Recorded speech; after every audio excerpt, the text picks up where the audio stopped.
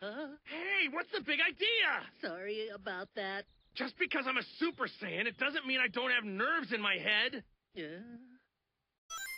So I got into model kits during the pandemic, started out with the high-grade OG Gundam and sort of just went from there. And during this time I ended up picking up this guy, the Figurized Standard Super Saiyan Goku. And I don't really like it that much. I can't call it terrible by any means, but this guy is really underwhelming. It poses well, I'll give it that, but the colors are too muted. In the case of the eyebrows here, they're outright dull. The proportions are a little off, spots like the wrist look downright ugly. The feet on mine just do not want to stay attached, not to mention these truly awful stickers. And in general, this figure just feels cheap to handle. It's alright, but far from what I would call a solid release, and I stayed away from Figurized kits as a result. But that was a few years ago, and in 2022, Bandai released a brand new kit of Goku under the new Spec banner. It's taken me some time, but I've finally gotten around to building it, so let's see how this one fares and if it's an improvement over the previous one. Spoilers? It is! But let's go into more detail on that, shall we? And here we are. We've got the old Goku on the left and the new Goku on the right, and man, what an immediate improvement we can see.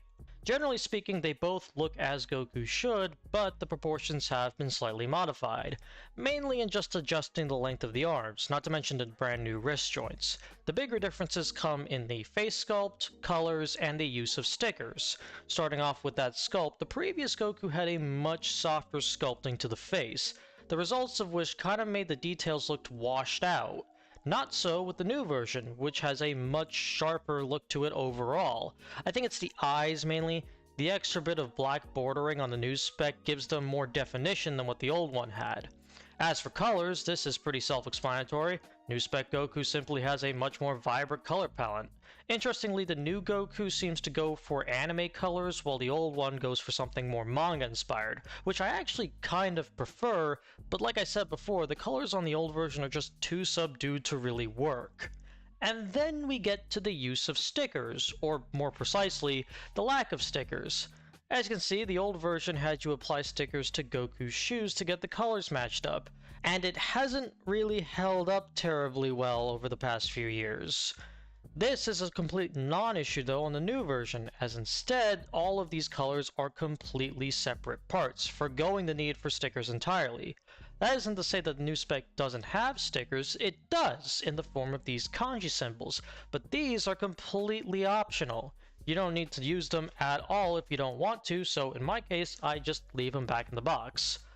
I suppose you could find issues with the seam lines and nub marks, but those are pretty standard for model kits, and for the most part, they clean themselves up well and don't detract much from the overall presentation. This new Spec Goku is simply a great looking figure. It either changes what the old version did and swaps it with something better, or improves upon what it was already doing. This continues on into the accessories as well. We've got 4 extra faceplates and 6 extra hands. Not a fan of how you need to swap the eyepiece for the neutral and smirking faces, but nonetheless, all the faceplates look really good. I was actually kind of worried about the smiling face. In promotional pictures it looked sort of creepy. Thankfully it was just in those promotional pictures though, it looks much better in person. As for the hands, you get what you'd expect, but I'm confused as to why only the right hand gets a waving and instant transmission version. I always prefer when we have matching sets of these things. We also don't get any sort of beam or energy effect parts of any kind, although given everything else we get, I can't say I'm that bothered by it. Hopefully we'll get some in the future, but for now I will say that the accessory count overall is fairly solid. It's a good amount of variety that will help you when it comes to posing Goku, and hey, I said the word posing, so you know what that means. Time to get into some articulation. Unlike the previous sections, the articulation hasn't changed that much from what was done before, but that's far from a bad thing. The original Figurized Goku was a pretty well articulated figure, so not too much needed to be altered to begin with, although things have changed. The bicep swivel has been replaced with an elbow swivel in an attempt to make the articulation look cleaner, but this is more of a visual change, not a functional one. Overall, you'll generally get the same amount of range as you did before, but there are two notable changes in regards to the feet and the chest. Now for the feet, this is pretty simple to explain. Toe joints! Always nice to have those! The chest, though, needs a bit more explaining. First of all, when trying to use the ab crunch, don't apply too much pressure or the chest is just gonna pop off. It can easily be reattached, don't get me wrong, just keep it in mind. Second, you'll notice that when you use the ab crunch, you don't get a whole lot of range. But that's where the cool little detail comes in.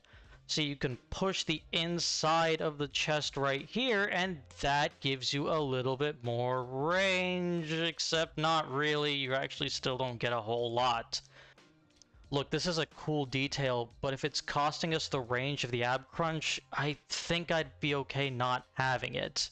If nothing else, this needs more refinement to work properly. Still, you can get some really good poses out of Goku, especially as he comes with a figure stand! I know I probably could have talked about this in accessories, but I figured it was more fitting to talk about it here. I also might have assembled it somewhat wrong, whoopsie, but it still works just fine and opens up far more options for posing. I should also mention that as far as hand feel goes, this guy is much more solid than the old model kit, but it is still a model kit, so like I said with the chest, exercise some caution.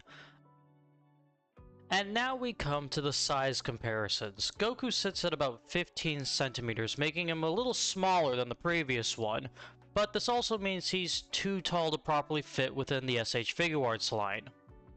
But it does mean that he can fit in with lines like Marvel Legends or Mafex, so hey, if you ever wanted a Goku who properly scales with lines like that or similarly sized lines, this is the one to get.